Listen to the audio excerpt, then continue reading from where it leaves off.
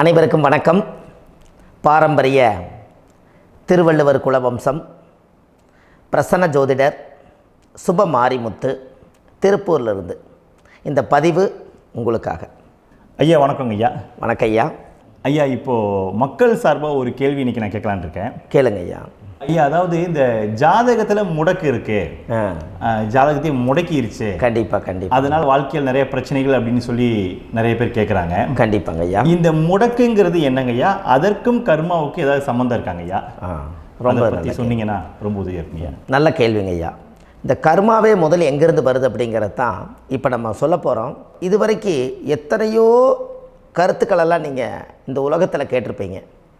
ஆனால் இந்த பதிவில் நீங்கள் பொறுமையோடு இந்த கருத்தை ஒரு இனிமையோடு நிதானமாக கேட்டிங்கன்னா உங்களுடைய ஊழ்வினை கர்மா எங்கிருந்து உருவாச்சு, இதனுடைய இந்த கர்மானால் நாம் என்ன கஷ்டப்படுறோம், நாம் இந்த பூமியில் பிறக்கிறதுக்கு என்ன வரம் வாங்கி வந்தோம், நம்ம பாவ புண்ணியமெல்லாம் ஜாதக கட்டத்தில் போய் எப்படி எடுக்கிறது, நம்மளுடைய தோஷம்னு சொல்கிறோமே அந்த தோஷம் எப்படி கிரியேட் ஆகுது, நம்ம இந்த பூமியில் பிறக்கும்போது கொண்டு வந்த கர்மாவா, இல்லை கடவுளே நம்மளுக்கு ஒரு தண்டனையாக கொடுத்த கர்மாவா, இல்லை நம்ம இந்த பூமிக்கு வந்ததுக்கு அப்புறம் செய்த கர்மாவா, இது எல்லாத்தையுமே நம்ம பொறுமையாக கேட்கணும்னா கண்டிப்பாக இந்த பதிவை நீங்கள் பொறுமையோடு கேளுங்க. உங்களுக்கு இதில் ஒரு பெரிய ஒரு ரகசியம் ஒன்று அடங்கியிருக்குது. அந்த ரகசியத்தை தான் இன்றைக்கி இந்த உலகத்துக்கு அரங்கேற்றம் பண்ணுறேன். இந்த முடக்கு நம்ம ஐயா கேட்டதில் ஒரு அற்புதமான ஒரு விஷயம் என்ன அப்படின்னு கேட்டிங்கன்னா, முடக்குங்கிறது அந்த காலத்தில் பெரிய திறமையை கட்டி போட்டு வச்சுட்டா நம்மனால் அது இயங்க முடியுமாங்க? முடியாது இல்லைங்களா ஐயா? முடியாது. அப்போது அதே மாதிரி ஜாதக கட்டத்தில் நமக்கு வேண்டிய யோகத்தை கடவுளே நம்மளுக்கு நாம் செய்த பாவத்தினால அது முடக்கி வச்சிருச்சுன்னா அந்த பாவகத்தை அந்த ஜாதகர் அனுபவிக்க முடியுமா? அனுபவிக்க முடியாது. அப்போது அந்த அனுபவிக்க முடியாமல் வெளி உலகத்தில் போய் நம்ம தேடி போன பிறவியில் செய்த பாவத்தை இந்த பிறவியில் நீங்கள் தேடி கண்டுபிடிச்சி வாழ்க்கையில் நீங்கள் எப்போ மேலுக்கு வர்றது? அப்போது அந்த கர்மா 12 ராசி கட்டத்துக்குள்ள 27 நட்சத்திரத்தில் 9 கிரகங்களுக்குள்ள ஒரு பெரிய ஒரு ஆத்துமாத்துமான கர்மா, உங்கள் பூர்வ ஜென்ம கர்மா இதுக்குள்ளே எங்கேயோ ஒரு இடத்துல முடங்கியிருக்குது. இந்த முடக்க மட்டும் உங்கள் ஜாதகத்தில் நீங்கள் கண்டுபிடிச்சிட்டிங்கன்னா ஹைலைட்டாக வாழ்கிறதுக்கு, இந்த உலகத்தில் சுதந்திரமான வாழ்க்கை வாழ்கிறதுக்கு ஒரு மிகப்பெரிய பொக்கிஷம் உங்கள் ஜாதகத்துக்குள்ளேயே இருக்குது. அப்போது அந்த ஜாதகத்துக்குள்ளே நாம் போன பிறவியில் நம்ம கர்மா நாம் என்ன செய்திருப்போன்னு உங்களுக்குள்ளே பெரிய குழப்பம் இருக்கும். என்னங்க ஐயா, நீங்கள் என்ன கர்மா பண்ணிட்டு வந்தீங்க, நாம் போன பிறவியில் நம்ம யாரை ஒரு வதச்சோம், யாரை நம்ம மனசை புண்படுத்தினோம், நம்ம தாத்தாவுக்கு சோறு போட்டோமா, நம்ம பாட்டனுக்கு சோறு போட்டோமா, நம்ம முப்பாட்டனுக்கு சோறு போட்டோமா, நம்ம கொள்ளுப்பாட்டனுக்கு சோறு போட்டோமா, அப்போ நம்ம அப்பாவுக்கு நம்மளை பெற்றவருக்கு நம்ம சாப்பாடு கொடுத்தோமா, இவங்களுக்கெல்லாம் நம்ம சேவை பணிமடைகள் செஞ்சோமா, நம்மளுடைய உறவுகளுக்கெல்லாம் அரவணைச்சு போனோமா, நம்மளுடைய இந்த மாதிரி நாம் இரத்த சம்பந்த உறவுகளை இருந்து தான் இந்த உலகத்துக்கு நம்ம வெளியில் வந்திருப்போம். அப்போது வெளியில் நீங்கள் நிற்கிறீங்க, அப்படியே மேலே போய் பார்த்தீங்கன்னா ஒரு 7 தலைமுறையில் ஒவ்வொருத்தரும் செய்த கர்மாவெல்லாம் நம்ம பிளட்டு ரிலேட்டிவாக இப்போ நீங்கள் கரண்ட்டில் இருக்கிறவங்க கிட்ட தான் டெபாசிட் பண்ணியிருக்கோம். அப்போ இது தெரியாமல் நாம் ஜாதகத்துக்குள்ளே போய் தசாபுத்தி நல்லா தனுங்க இருக்குது, நான் ரொம்ப கஷ்டப்படுறேன், என் ஜாதகத்தில் போய் பார்த்தேன் எல்லா கிரகங்களும் நல்ல வலிமையாக இருக்குன்னு தான் சொன்னாங்க, ஆனால் இன்னும் என்னுடைய கடன் அடையலை, இன்னும் என்னோடய கர்ம தீர்ந்த மாதிரியே தெரியல, எனக்குள்ளே ஒரு தாட்டு என்னமோ நான் ஒரு பின்தங்கின வாழ்க்கையிலே வாழ்ந்துட்டுருக்கேன் அப்படின்னு நீங்கள் சொல்லும்போது, அப்போ இதையெல்லாம் தாண்டி ஒரு கர்மா உங்களுடைய ராசி கட்டத்துக்குள்ளே எங்கேயோ ஒரு பக்கத்தில் ரகசியமாக புதைஞ்சிருக்கு.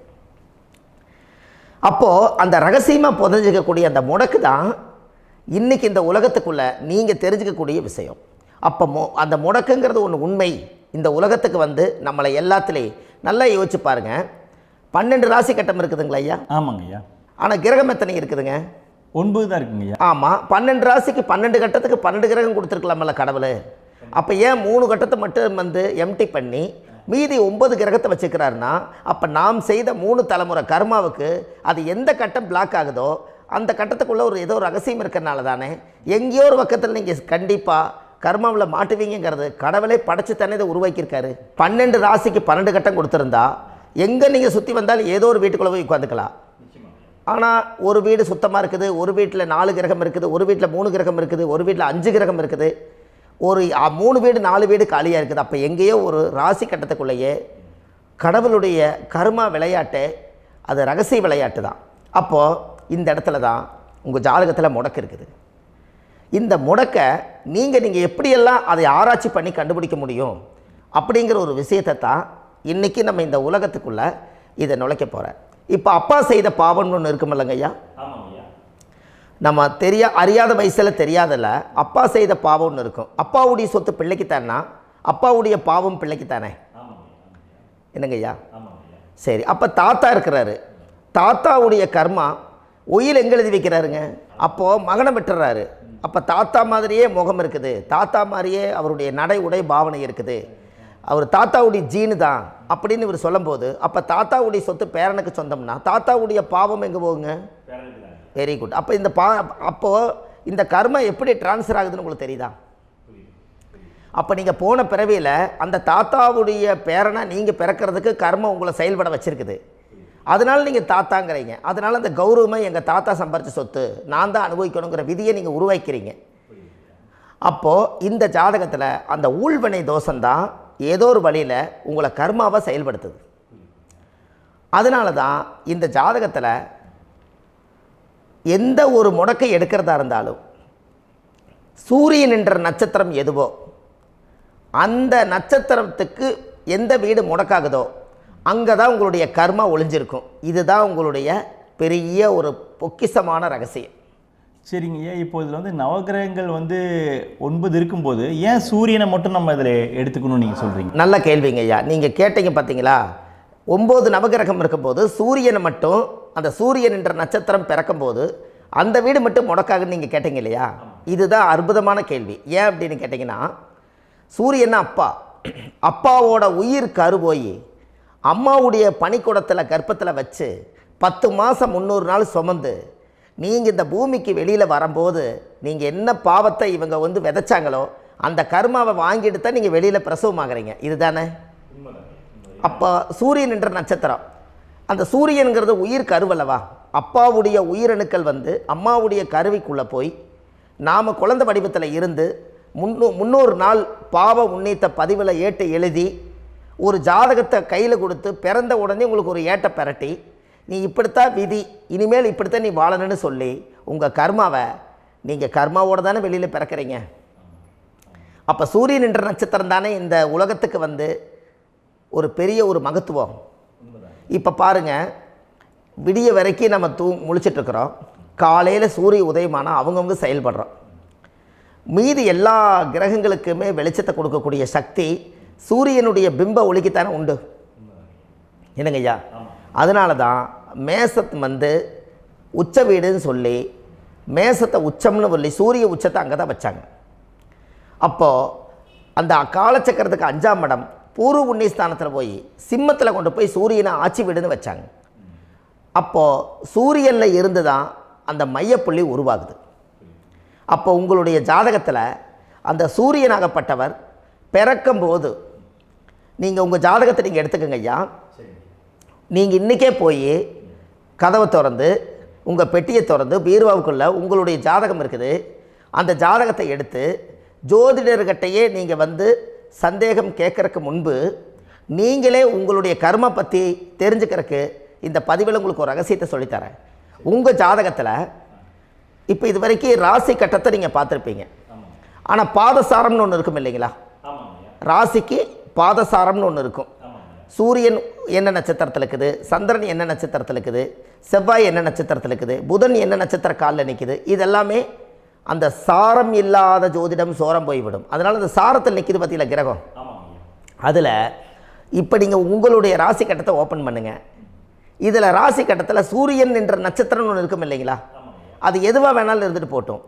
அந்த நட்சத்திரம் தான் நீங்கள் பிறக்கும்போது தாயுடைய கருவறைக்குள்ள கரு உருவான நட்சத்திரமே அதுதான். புரிஞ்சுங்களா ஐயா? பிறக்கும்போது நீங்கள் அந்த கருவுடைய நட்சத்திரம் அப்பா வந்து கருவை உருவாக்கி கர்மாவை விதைச்சது அந்த சூரியன் என்ற நட்சத்திரம் தான். அந்த வீட்டுக்கு தான் இந்த ராசி கட்டத்தில் உங்களுக்கு முடக்கு உருவாகுது. புரிஞ்சுங்களா ஐயா? அப்போது ஒரு ஜாதகத்தில் சூரியன் என்ற நட்சத்திரம் எதுவோ அதுதான் உங்களுடைய கர்மா நட்சத்திரம். இப்போ நம்ம பிறக்காதுக்கு முன்னாடி அப்பா கட்டத்தில் அந்த கர்மா டெபாசிட் ஆகிருக்கும். அதை ட்ரான்ஸ்ஃபர் எப்படி பண்ணுறாரு? அவருக்கு ஒரு கல்யாணம் வச்சு அவர் குடும்ப வாழ்க்கையில் வாழ்ந்து நம்மளோட உயிர் கருவை கொண்டு போய் ஊராம் பொண்ணை கல்யாணம் பண்ணி பொண்டாட்டின்னு எடுத்துக்கொண்டு அந்த பொண்டாட்டிங்கிற உரிமையாகி இவருடைய உயிர் கரு உருவாகி வாரிசுகள் வெளியில் வருது. அதானங்க ஐயா? அப்போது அந்த சூரியன் என்ற நட்சத்திரம் தான் இந்த உலகத்தில் ஒரு பிரம்மாண்டமான நட்சத்திரம். இந்த நட்சத்திரம் உங்கள் மனசுக்குள்ளே ஏதாவது இருந்துச்சுன்னா உங்கள் வீட்டில் ஏதாவது ஒரு நல்ல விஷயங்கள் நீங்கள் பண்ணுறதா இருந்தால் அந்த கர்மா நட்சத்திரம் சூரியனுடைய நட்சத்திரம் இருக்குது பார்த்தீங்களா, அந்த நட்சத்திரத்தில் எந்த ஒரு சேவைகளும் செய்யக்கூடாது. அதுதான் கர்மா. அதை போய் நீங்கள் ஆக்டிவேட் பண்ணி விட்டீங்கன்னா அது முன்னோர்களை வந்து நீங்கள் வந்து தொந்தரவு பண்ண மாதிரி. அந்த கர்ம நட்சத்திரம் தான் உங்கள் வாழ்க்கையில் அது புதஞ்சிருக்கிறதா. இப்போ குழந்தை பிறந்தாலோ சீர் சீமந்தங்கள் நீங்கள் செய்கிறதாலோ கல்யாணம் முக்கிறதுனாலோ உங்கள் ஜென்ம நட்சத்திரத்தன்னைக்கு கல்யாணம் பண்ண வேண்டாம்னு சொல்லிக்கிறாங்கல்லங்க. உங்களுக்கு ஜென்ம நட்சத்திரத்துக்கு முன்னாடி உங்களை உருவாக்குன நட்சத்திரம் தான் ஜென்ம நட்சத்திரம். அப்போ சூரியன் என்ற நட்சத்திரம் அப்பாவுடைய ஜென்ம நட்சத்திரமாக அந்த ஊழ்வினை கர்மம் செயல்படுது. அப்போ அந்த முடக்கு யார் வழியில் வந்தது? முன்னோர்கள் வழியில் வந்தது. முன்னோர்கள் கட்டி வச்சது யாரைய? குலதெய்வத்தை. அப்போ அந்த குலதெய்வத்தை போய் சாமிக்கு போய் வீடு வாசல்லாம் வலித்து குலதெய்வத்தை போய் தேங்காய் பழம் பூ மாலை கல்கண்டு வாங்கி அர்ச்சனை பண்ணி ஒரு அன்னதானம் ஒன்று பண்ணிவிட்டு சாமிக்கு பொங்கல் வச்சு நைவேத்தியம் பண்ணிவிட்டு உங்கள் ஜாதகத்தை வச்சு பூஜை பண்ணிவிட்டு வாங்க. அதுக்கப்புறம் தான் உங்கள் கர்மாவை கண்டுபிடிக்கிறதுக்கு வழியே பிறக்கும். குலதெய்வத்தை வணங்காமல் கோவிந்தா கோவிந்தா என்று பல தெய்வத்தை வணங்கினாலும் பலனொன்றும் இல்லைன்னு அந்த காலத்தில் முன்னோர்கள் சொல்லி வச்சுக்கிறாங்களா இல்லைங்களா?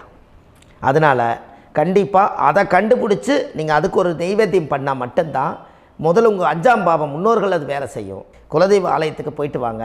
போயிட்டு வந்துட்டு இந்த கர்மவினை தோஷத்தை நிவர்த்தி பண்ணுறதுக்குண்டான சரியான பரிகாரத்தை நம்ம எடுப்போம்.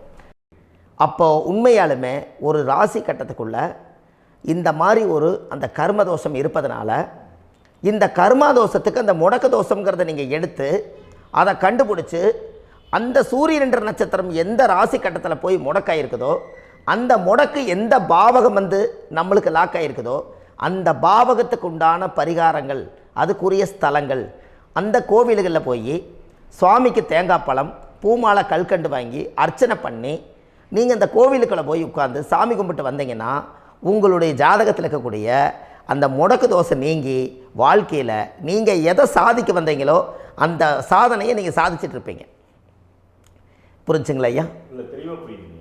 ஏன் அப்படின்னா அந்த முடக்கு நட்சத்திரத்துக்குள்ளே தான் ஒரு தோஷம் இருக்குது. இப்போ அந்த காலத்தில் பாருங்கள் ஐயா, முன்னோர்கள் எல்லாம் நிறைய பேர் கோவில் கட்டி வச்சுட்டு போயிருக்காங்களா இல்லைங்களா? இந்த கோவில் எதுக்காக கட்டி வச்சுக்கிறாங்கன்னா அவங்க கட்டினவங்களுக்கும் அந்த முடக்கு தோஷம் இருந்திருக்குது. ராஜாக்கள் இருந்திருக்குது, மன்னர்கள் காலத்தில் இருந்திருக்குது, ஜமீன்தார் காலத்தில் இருந்திருக்குது. இப்போ அவங்களுடைய அமைப்புகள் எல்லாமே முன்னோர்கள் என்னமோ அறியாமல் தெரியாத தன்னடக்கம் இல்லாத ஒரு கர்மாவை இவங்க செஞ்சிட்டாலும் அதுக்குரிய பரிகார ஸ்தலங்களை கொண்டு போய் அந்த காலத்திலே ஜாதகம் பார்த்து நம்ம வந்து முன்னோர்களுடைய பாவத்தை நாம் செய்த பாவத்தையும் தீர்த்துட்டு நமக்கு கீழே அடுத்த சந்ததிகள் அடுத்த தலைமுறைகள் வந்தாலும் இந்த கோவில்களுக்கு வந்து விளக்கு போட்டு சாமி கும்பிட்டு இந்த மண்ணை மிதிச்சுட்டு போனால் அன்னையோடு அந்த கர்மா தீருங்கிறது அந்த காலத்திலேயே முடக்க தோஷ பரிகாரத்தை கோவில் வழியில் அந்த காலத்தை திசை திருப்பி வச்சுருக்காங்க. அப்போ நீங்கள் கோவிலுக்கு போகாமல் கண்டிப்பாக இந்த பரிகாரத்தை நீங்கள் உடைக்க முடியாது. ஏன் உடைக்க முடியாதுன்னா இப்போ நீங்கள் எத்தனை வருஷம் வாழ்கிறீங்க ஐயா? 120 வருஷமே வச்சுக்கோங்க. சூரியன் திசை 6 வருஷம், சந்திரன் திசை 10 வருஷம், செவ்வாய் திசை 7 வருஷம், ராகு திசை 18 வருஷம், குரு திசை 16 வருஷம், சனி திசை 19 வருஷம், புதன் திசை 17 வருஷம், கேது திசை 7 வருஷம், சுக்கிரன் திசை 20 வருஷம். இப்போ நான் சொன்ன டோட்டலெல்லாம் கூட்டிங்கன்னா 120 வருஷம் வரும். இது ஒரு மனிதர் பிறந்து பூரண ஆயுளோடு வாழ்ந்தால் இந்த 120 வருஷம் வாழ்ந்தால் அவர் இந்த பூலோக பதவி விட்டு சிவலோக பதவி போயிடுவார். அதுக்கு பேர் தான் பூரண ஆயுள் என்று பொருள். அப்போ இந்த பூரண ஆயுளை வாழ்ந்தவருக்கு 120 வருஷம். கோயில் எத்தனை வருஷம் வாழுதுங்க ஐயா? கோயில் பழங்காலத்து கோயிலெல்லாம் எத்தனை வருஷம் வாழுதுங்க? 12 வருஷத்துக்கு கும்பாபிஷேகம். அது ஓகே, அது பரவாயில்ல. 12 வருஷத்துக்கு ஒருக்கா பழசை புதுப்பிச்சு கும்பாபிஷேகம் பண்ணி மறுபடியும் அதுக்கு பவர் ஊட்டி சக்தி ஊட்டி அதுக்கு உருவேற்றுறாங்க. நான் சொல்கிறது கோயில் 5000 வருஷம் 4000 வருஷம் பெரிய பெரிய சித்தர்கள், மகான்கள், ரிஷிமார்கள், யோகிகள், சித்தர்கள் இவங்களெல்லாம் போய் கோவில்லையே சிவனையும் பெருமாளையும் வழிபாடு பட்டுட்டு கோவில்லையே ஒரு ஓரத்தில் ஜீவசமாதி ஆயிட்டாங்கன்னு பழைய கால கோயிலில் சித்தர்கள் குடியிருக்காங்களா இல்லைங்களா? இருக்காங்கல்லங்க ஐயா. அப்போது நாம் 120 வருஷம் வாழ்கிறோம், கோவில் 5000 வருஷம் வாழுது. எங்கே சக்தி அதிகமாக இருக்குன்னு சொல்லுங்க? கோவிலில் தாங்க ஐயா. கோயில் தான், அதில் ஒன்றும் மாற்றம் இல்லைங்களே. கோயில் தாங்க. அப்போ கோவிலில் தான் அந்த சக்தி இருக்குதுன்னு நீங்கள் சொல்கிறீங்க. அப்போ உங்களுடைய கர்மாவை உடைக்கிறதுக்கு 120 வருஷம் பெருசா 5000 வருஷம் பெருசான்னு சொல்லுங்கள்? 5000 தாங்க. அப்போ 5000 வருஷம் உள்ள அலைகள் வந்து எத்தனை அந்த சிவனுக்கு இப்போ சிவன் கோயிலே உங்களுக்கு முடக்கு தோஷத்துக்கு ஒரு கோயில் வருதுன்னு வச்சுக்கோங்க. அந்த கோவிலில் எத்தனை முடக்குகளுக்கு உண்டான கோவில்கள், எத்தனை பழங்களை ஊற்றி சாமிக்கு அபிஷேகம் பண்ணியிருப்பாங்க, எத்தனை பால் கூட ஊற்றிருப்பாங்க, பன்னீர், தேன், இளநீ, மஞ்சள் நீர், திருமஞ்சனம், அபிஷேகம், பொங்கல், நைவேத்தியம் இத்தனையும் செஞ்சு அந்த சிவனை வந்து சிவனாக பார்த்து அந்த கருவறைக்குள்ள ஒரு கிராணங்கள் வரும்போதும் கூட பாதுகாப்பு பண்ணி வச்சு நல்ல சக்தியோடு அந்த கருவறையை புத்தியோடு அவங்க வேலை செஞ்சு அந்த காலத்தில் வச்சுருக்காங்களா இல்லைங்களா? அப்போது நம்ம வீட்டை அவ்வளோ சுத்தமாக வச்சுருக்க முடியுமா? என்னதான் வாஸ்து இருந்தாலும் முடியாது இல்லைங்களா? அப்போது அவ்வளவு ஒரு பவர்ஃபுல்லான கோவில் அந்த முடக்கு தோஷத்துக்குள்ளே ரகசியமாக அந்த கோயில் அடங்கியிருக்குது. உங்கள் ஜாதகத்துக்குள்ளே உண்மையாலுமே ஊழ்வினை கோயில், கர்மவினை கோயில் அதுக்குள்ளே இருக்குது. அந்த ஜாதகத்தை கணிச்சு பார்த்தா கரெக்டாக உங்களுடைய ஜாதகத்தில் அப்பாவுடைய கருவறையிலேருந்து உயிர் உருவாகிற நேரத்தில் இருந்து இப்போ வரைக்கும் நீங்கள் கரண்ட்டில் வாழ வரைக்கும் அந்த கர்ம கூட வர்றதை ஒரே ஒரு இடத்துல போனால் மட்டும்தான் விட்டுட்டு வர முடியும். அது எந்த வீடு அப்படின்னு கேட்டால் உங்களுக்கு வந்து அப்பாவுடைய கர்மா வழியில் போய் அந்த கோவில் பழையகால கோயில், பழையகால தெய்வங்கள், அந்த கோவில் தான் உங்கள் ஜாதகத்துக்குள்ள ரகசியமாக இருக்கும். அது ஏன் இந்த பதிவில் உங்களால் சொல்ல முடியாது அப்படின்னா, இந்த பதிவில் ஏன் உங்க சொல்ல முடியாதுன்னா உங்கள் ஜாதகம் தெரியாமல் என்ன கோயிலை நீங்கள் சொல்லுவீங்க? இப்போ பொதுவாக ஒரு நட்சத்திரத்துக்கு ஏதோ ஒரு கோவிலை அவங்க சொல்லி நீங்கள் போயிட்டு வர்றீங்கன்னு வச்சுக்கோங்க. ஆனால் அது வேலை செய்யலைன்னா நம்மளுக்கு என்னங்க இவ்வளோ கஷ்டப்பட்டு போய் அதை பலனடையிலேன்னு கேள்வி கேட்டக்கூடாது. உங்கள் ஜாதகத்தை நீங்கள் கொண்டாங்க, உங்கள் டேட் ஆஃப் பர்த் டயத்தை போட்டு ஜாதகத்தை கணிச்சு நீங்கள் சூரியன் என்ற நட்சத்திரத்துக்கு உங்களுடைய கர்மவினை கோவில் யார், உங்களுடைய முடக்கு யார், ஊழ்வனை தோஷத்துக்கு உண்டானவர் யார், தாய் வழி கர்மா யார், தந்தை வழி கர்மா எது, நீங்கள் பிறக்கும்போது வந்த கர்மா என்ன, இது எல்லாம் கணிக்காமல் பொதுவாக ஒரு கோயிலில் போய் நீங்கள் பாட்டுக்கு சாமி கும்பிட்டு வந்தால் பலன் எப்படி கிடைக்கும்? கண்டிப்பாக கிடைக்காதுங்க ஐயா. என்னங்க ஐயா? அது தெரிஞ்சு பண்ணாதான் சரியா? ஒரு டாக்டர்கிட்ட போகிறீங்க, என்னை அப்படியே ஸ்கேன் பண்ணி ஒரே ஒரு மாத்திரை கொடுங்கன்னு கேட்டால் டாக்டர் கொடுப்பாருங்களா? அவர் என்ன பிரச்சனை இருக்குதோ அதை முதல்ல கண்டுபிடிச்சி ஸ்கேன் பண்ணி பார்த்து ரிப்போர்ட் எடுத்து அது மூலியமாக தான் கொஞ்சம் எடுத்து ஐயா உங்களுக்கு இந்த பிரச்சனை, இதுக்கு தீர்வுக்கு இதுக்குண்டான மெடிசன், இது இப்படித்தான் சாப்பிடணும்னு அது முறையாக சொல்லி அந்த உயிர் வாழ வைக்கிறாரு டாக்டர். அவர் ஒரு தெய்வ வடிவத்தில். கரெக்டுங்களா ஐயா? அப்போ உங்களோட கர்மா எங்கே செயல்படுது அப்படின்னா இந்த முடக்க நீங்கள் இந்த பதிவில் தெரிஞ்சுக்கங்க. அதுக்குரிய நட்சத்திரம் என்னன்னு தெரிஞ்சு வச்சுங்க. உங்கள் ஜாதகத்தில் சூரியன் என்ற நட்சத்திரத்தை எடுத்துக்கங்க. அந்த வீட்டுக்கு முடக்க இந்த பதிவில் எந்த வீடு லாக் ஆகிருக்குதுங்கிறத நான் உங்களுக்கு இந்த வீட்டில் சொல்கிறேன். அந்த வீட்டு நீங்கள் பாருங்கள், உங்களுடைய லக்கணத்துக்கு அது எந்த வீடு. இப்போ லக்கணத்துக்கு ஒரு 7வது வீடுன்னே வச்சுக்கோங்க. அப்போ லக்கணத்துக்கு 7வது வீடே முடக்கு. அப்படி ஒரு முடக்கு ஆகிப்போச்சுன்னா ஒரு ஜாதகத்தில் லக்கணம் தான் 1, 7ஆம் இடம்ங்கிறது மனைவி ஸ்தானம். ஒரு ஆணுடைய ஜாதகத்துக்கு 7ஆம் இடம் தான் மனைவி. அவருக்கு நல்ல மனைவி அமையாமல் ஆடம்பரம் இருந்தும் வீடு அரண்மனை மாதிரி இருந்தும் அந்த மனைவியை ஒரு சந்தோஷமாக அவர் அனுபவிக்க முடியாது. புரிஞ்சுங்களா ஐயா? சந்தோஷமாக அனுபவிக்க முடியாது. ஏன் அப்படி? 7ஆம் இடத்துல தான் அவரோட கர்மா உட்கார்ந்துருக்குது. கரெக்டாக சொன்னீங்க. 7ஆம் இடத்துல தான் அந்த கர்மா உட்கார்ந்துருக்குது.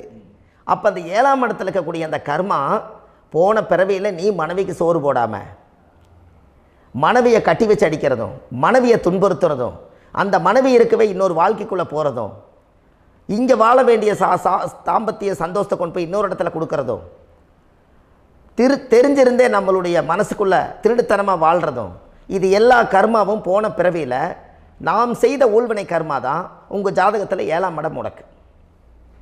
அப்போ அந்த 7ஆம் இடம் முடக்கா இருந்துச்சுன்னா கண்டிப்பாக உங்கள் ஜாதகத்தில் நீங்கள் என்ன அனுபவிச்சிட முடியும்? நல்ல நண்பர்கள் கிடைக்க மாட்டாங்க, நல்ல ஒரு பார்ட்னர்ஷிப் அமையாது, நல்ல ஒரு நட்பு வட்டங்களில் எதையும் அனுபவிக்க விடாது, ஒரு அங்கீகாரமான உறவுகளில் போய் நம்ம ஸ்ட்ராங்காக நிற்க முடியாது. 7ஆம் இடம் என்பது தாம்பத்திய வாழ்க்கை, பூர்த்தி இல்லாத வாழ்க்கையாக இருக்கும். இப்படியெல்லாம் அந்த ஜாதகத்தில் ஒரு பொதுவாக ஒரு ஜாதகத்தில் 7ஆம் பாவம் முடக்காயிட்டால் இந்த கர்மாவை அவர் அனுபவிச்சுக்கிட்டே இருப்பார். இது எப்போத்தான் அதுக்கு ஒரு தீர்வு வேணுங்கய்யா? அந்த கோயில் எதுன்னு நீங்கள் கரெக்டாக சொன்னீங்க. இப்போ இது மனிதனால் செயல்படுது. மனிதர்கள் தான் கோயிலை கட்டி வச்சாங்க. தெய்வத்தை விட ஒரு காலத்தில் மனிதர்களுக்கு மகிமை ஜாஸ்தி. ஏன்னா சாதாரண ஒரு மண் பூமியாக இருந்த இடத்த மனிதர்கள் தான் கோயில் கட்டி ஒரு மகிமைப்படுத்தி புண்ணியம் பண்ணி வச்சாங்க. மனிதர்களுக்கு சக்தி அதிகம்தான், ஆனால் பிரபஞ்சத்துக்கு அதை விட சக்தி அதிகம் அல்லவா? ஐயா, நீங்கள் கோவிலுக்கு போய் அந்த கர்மா உடைக்கிறதுக்கு கோவிலில் சக்தி இருக்குது, ரைட்டு.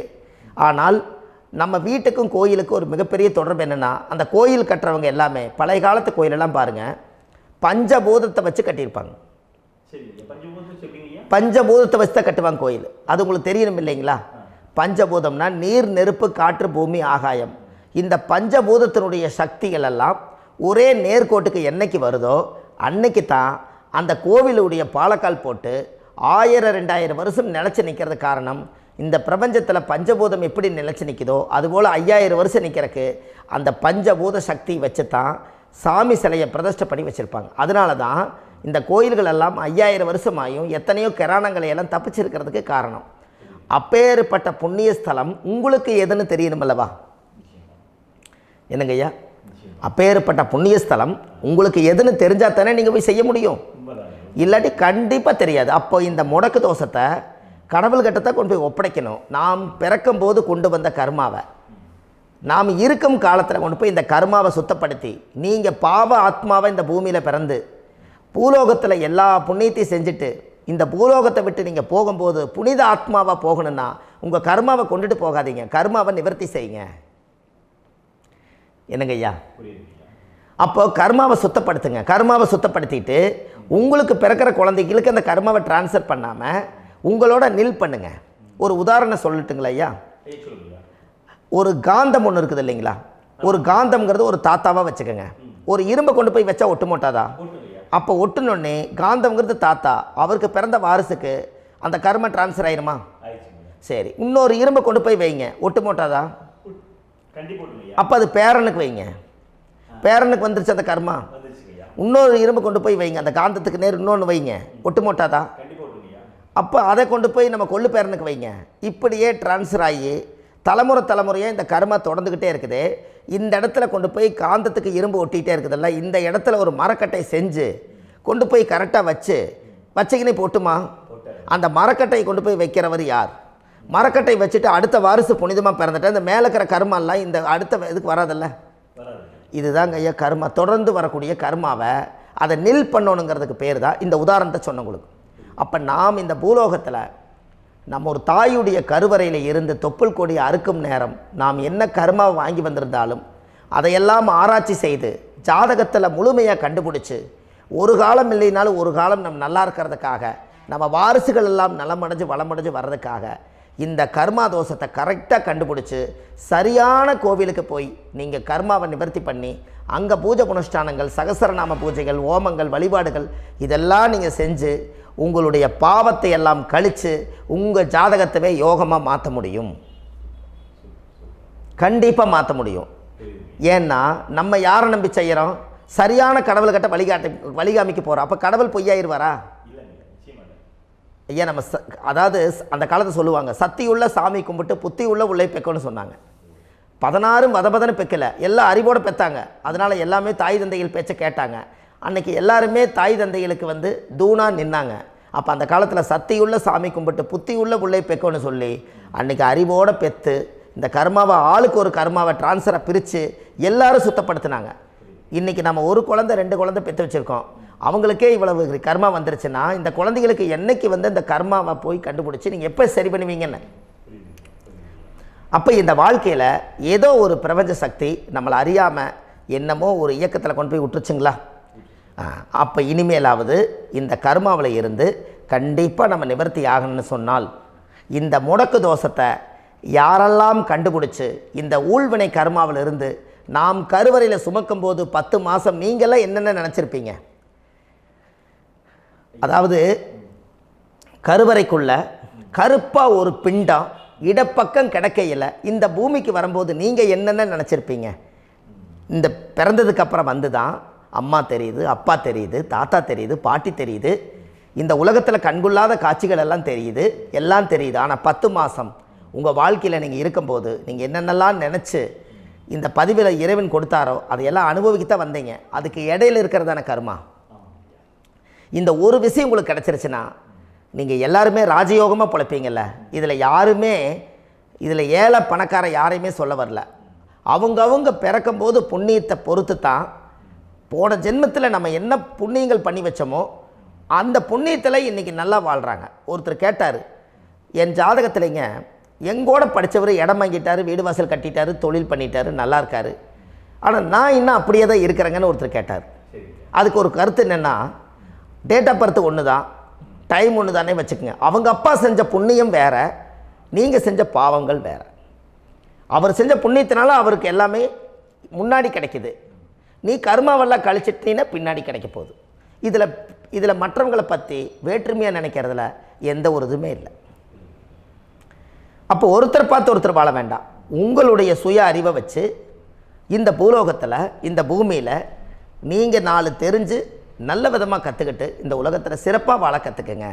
அதுக்கு அந்த ஊழ்வினை தோஷத்தை கண்டுபிடிங்க. உங்களுக்குன்னு ஒரு முடக்கு இருக்குதுங்கிறத இன்றைக்கி நீங்கள் எழுதி வைங்க. அதை எப்படியாவது கண்டுபிடிங்க, அதை தேடுங்க. ஒரு முறை நீங்கள் ஜாதகத்தை கொண்டு வாங்க. அந்த ஜாதகத்தை கொண்டு வந்து உங்கள் பாவகத்தில் எத்தனாம் பாவம் முடக்காயிருக்குதுன்னு பாருங்கள்.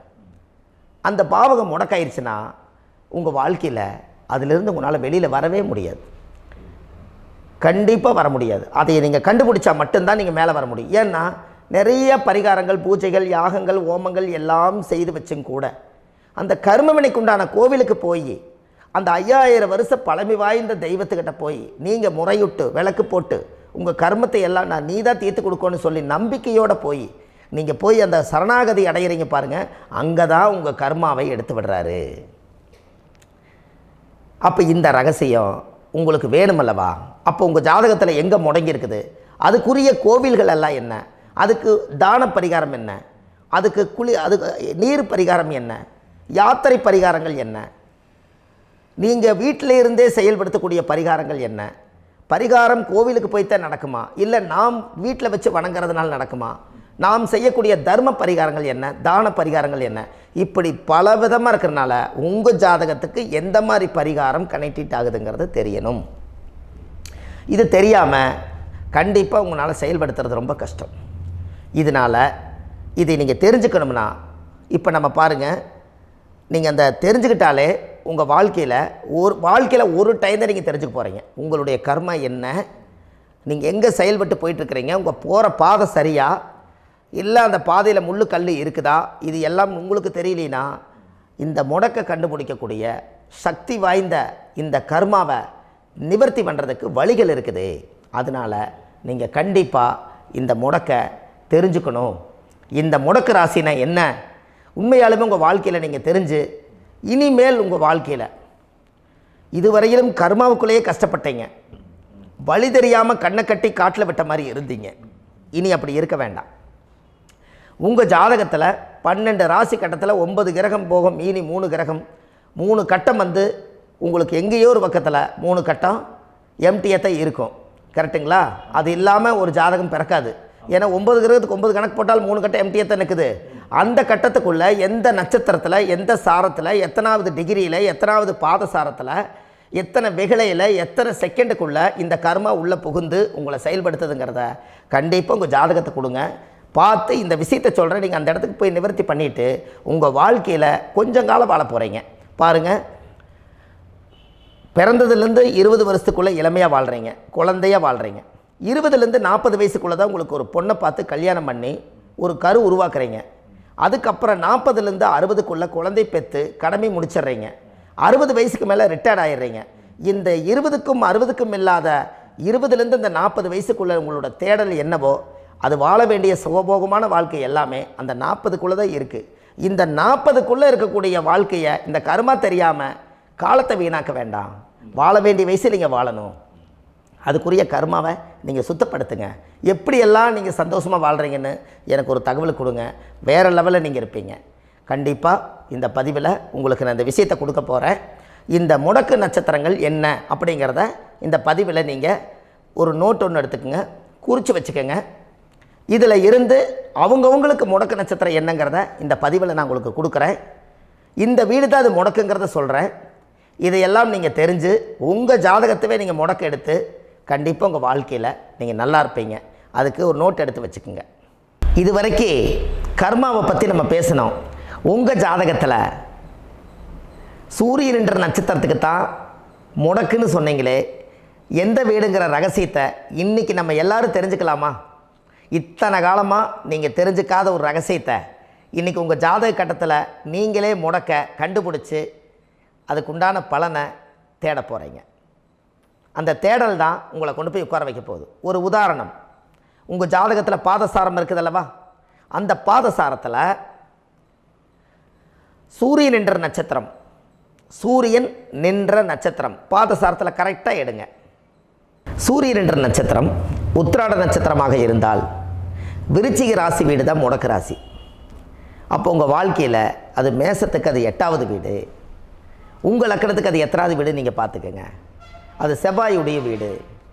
அந்த விருச்சிக ராசி தான் முடக்கு ராசி வரும். செக் பண்ணி பாருங்கள், கரெக்டாக இருக்கும். அப்போது கண்டிப்பாக உங்கள் வாழ்க்கையில் ஒரு நல்ல முன்னேற்றங்கள் வரணும்.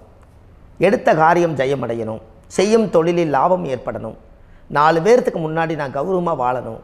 வண்டி வாகன சொத்து சுகம் எல்லாம் எனக்கு அமையணும்னு சொன்னால் அந்த பாவகம் முடக்கு ராசியாக இருப்பதனால என்றைக்கு அதை நீங்கள் ரிலீஸ் பண்ணுறீங்களோ அன்னையிலிருந்து உங்களுடைய வாழ்வாதாரம் உயரும். அதுக்கப்புறம் தான் உங்கள் வாழ்க்கை ரொம்ப நல்லாயிருக்கும். உத்திராட நட்சத்திரத்தை பற்றி இது வரைக்கும் நீங்கள் பார்த்தீங்க. அடுத்தது திருவோண நட்சத்திரத்தை பற்றி அடுத்த பதிவில் நம்ம பார்க்க போகிறோம். நம்ம ஆன்லைன்லேயே ஜாதகம் பார்க்குறோம். உங்கள் date of birth, time, place கொடுத்தீங்கன்னா போதும். உங்களுக்கு ஜாதகத்தை கணிச்சு ஃபோன்லேயே உங்களுக்கு கர்ம ராசி கண்டுபிடிச்சி உங்களுக்கு உண்டான கர்ம பரிகாரத்தை சொல்லி உங்கள் வாழ்க்கையில் ஒரு வெளிச்சத்தை கொண்டு வர்றதுக்கு என்றைக்கும் உங்களுக்கு உறுதுணையாக இருப்பேன். நீங்கள் கண்டிப்பாக இந்த பதிவுகள் எல்லாம் இது உங்களுக்காகத்தான். இது அதிகாலை நேரத்தில் பிரம்ம முகூர்த்தத்தில் இந்த பதிவை உங்களுக்கு முழுமையாக சமர்ப்பணம் பண்ணுறேன். இதை இதை வழி நடத்தி இதைய எப்படியெல்லாம் இந்த முடக்கை கண்டுபிடிச்சி இப்படியெல்லாம் பேச வச்சு அழகு பார்க்க நம்ம முன்னோர்களுடைய ஆசீர்வாதமும் இந்த முடக்கை கண்டுபிடிச்ச குருமார்களும் அவங்களுடைய குடும்ப பாரம்பரிய வம்சாவளிகளும் எல்லாருமே நல்லா இருக்கணும். அதுக்காக இந்த நேரத்தில் நான் வந்து அடியேன் சுப மாரிமுத்தாக இருந்து திருப்பூர்லேருந்து இந்த பதிவை உங்களுக்கு நான் கொடுக்குறேன். கண்டிப்பாக இந்த முடக்கு கோயிலுக்கு, இந்த முடக்கு தோஷத்துக்கு உண்மையான பரிகாரங்கள், எளிமையான பரிகாரங்கள் நீங்களே வாழ்க்கையில் செஞ்சு ஆதிகால பரிகாரங்கள் உங்கள் மனசுக்குள்ளே இருக்குது. அதை செயல்படுத்தினா மட்டும் போதும், வாழ்க்கை எங்கேயோ போயிடும். கண்டிப்பாக ஒரு முறை உங்கள் ஜாதகத்தை அனுப்பி வைங்க, உங்களுக்கு நான் பார்த்து பலன் சொல்கிறேன். இன்றைக்கி நான் கொடுத்த பதிவுகள் எல்லாம் உங்களுக்கு ரொம்ப பயனுள்ளதாக இருந்திருக்கும். உங்களுக்கு இது வரைக்கும் எத்தனையோ கர்ம வினைகளை பற்றி தெரியாமல் இருந்திருப்பீங்க. இந்த பதிவில் நிறைய கேட்டு தெரிஞ்சுக்கிட்டீங்க. இதெல்லாம் வாழ்க்கையில் ரொம்ப முக்கியமான பரிகாரங்கள், எளிமையான பரிகாரங்கள். நேராக நீங்கள் கடவுளை தான் கெட்டியாக பிடிக்க போகிறீங்க. அந்த பரிகாரங்கள் எல்லாம் செஞ்சு அதிகாரமாக வாழ்ந்து இந்த பூலோகத்தில் நல்ல சிறப்பாக வாழ்கிறதுக்கு இந்த பரிகாரம் உங்களுக்கு ரொம்ப யூஸ்ஃபுல்லாக இருக்கும். கண்டிப்பாக இந்த பதிவை செய்யுங்க. நம்ம பாரம்பரிய திருவள்ளுவர் குல வம்சம் பிரசன்ன ஜோதிடர் சுப மாரிமுத்து, திருப்பூரில் இருக்கேன். 30 ஆண்டு காலமாக நம்ம ஜோதிடம் பார்த்து கொண்டிருக்கிறோம். இவ்வளவு காலமாக எத்தனையோ ஆயிரக்கணக்கான மக்களுக்கு நம்ம ஜோதிடம் பார்த்து வழிகாட்டி நிறைய மக்களுக்கு நிறைய சேவைகள் செஞ்சுருக்கேன். நிறைய கோயில் கட்டி வச்சுருக்கேன், கும்பாபிஷேகங்கள் பண்ணி வச்சுருக்கேன், அன்னதானங்கள் நிறையா பண்ணி வச்சுருக்கேன், புண்ணிய யாத்திரைகள் நிறைய போய் வந்திருக்கேன். மக்களுக்காகவே நான் உங்களுக்கு உழைக்க தயாராக இருக்கேன். இந்த ஜோதிடம் வந்து என்னுடைய ஒரு பாரம்பரியமாக என்னுடைய அப்பா, தாத்தா, முன்னோர்கள் இதெல்லாம் எங்களுடைய குலத்தொழில் இது. அதனால் நாங்கள் பாரம்பரியமாக திருவள்ளுவர் குல வம்சம். வள்ளுவர் வாக்குன்னு யூடியூப் சேனலில் போனீங்கன்னா 1000 பரிகாரங்கள் கொடுத்துருக்கேன். அதுவும் உங்களுக்கு ரொம்ப யூஸ்ஃபுல்லாக இருக்கும். வள்ளுவர் வாக்கு அப்படின்னு போடுங்க. அப்படி இல்லைன்னா சுப மாரிமுத்துன்னு போடுங்க. இதில் பரிகாரங்கள் நிறையா கொடுத்துருப்பேன். கண்டிப்பாக இதெல்லாம் நீங்கள் சந்தித்து நீங்கள் ஒரு சப்ஸ்கிரைப் பண்ணி வச்சுக்கோங்க. நான் போடக்கூடிய பதிவுகள் எல்லாமே உங்களுக்கு நோட்டிஃபிகேஷனை வந்துடும். அதனால் நீங்கள் ஒரு சப்ஸ்கிரைப் பண்ணி வச்சுக்கோங்க. தினமும் ஒரு தகவல் உங்களுக்கு கொடுத்துக்கிட்டே இருக்கேன். இதெல்லாமே உங்களுக்கு ஒரு பெரிய சந்தோஷமான நிகழ்ச்சிகள். என்றைக்கும் உங்களோட நான் வாழ்கிறேன். உங்களுடைய குடும்பத்தில் நான் ஒருத்தராக இருந்து குடும்ப ஜோதிடராக நான் இருப்பேன். கண்டிப்பாக ஆயுளுள்ள வரைக்கும் உங்களுக்காக இந்த ஜோதிடத்துக்கு உழைச்சி உங்கள் குடும்பத்தில் ஒருத்தராக நான் வந்து ஒரு ரத்த உறவில் நான் வந்து இந்த பூர்வ ஜென்மத்தில் உங்களுக்கு நான் கடமைப்பட்டிருக்கேன். கண்டிப்பாக அடுத்த பதிவில் உங்களை நான் சந்திக்கிறேன். வாழ்வது ஒரு முறை, வாழ்த்தட்டும் தலைமுறை. நன்றி, வணக்கம்.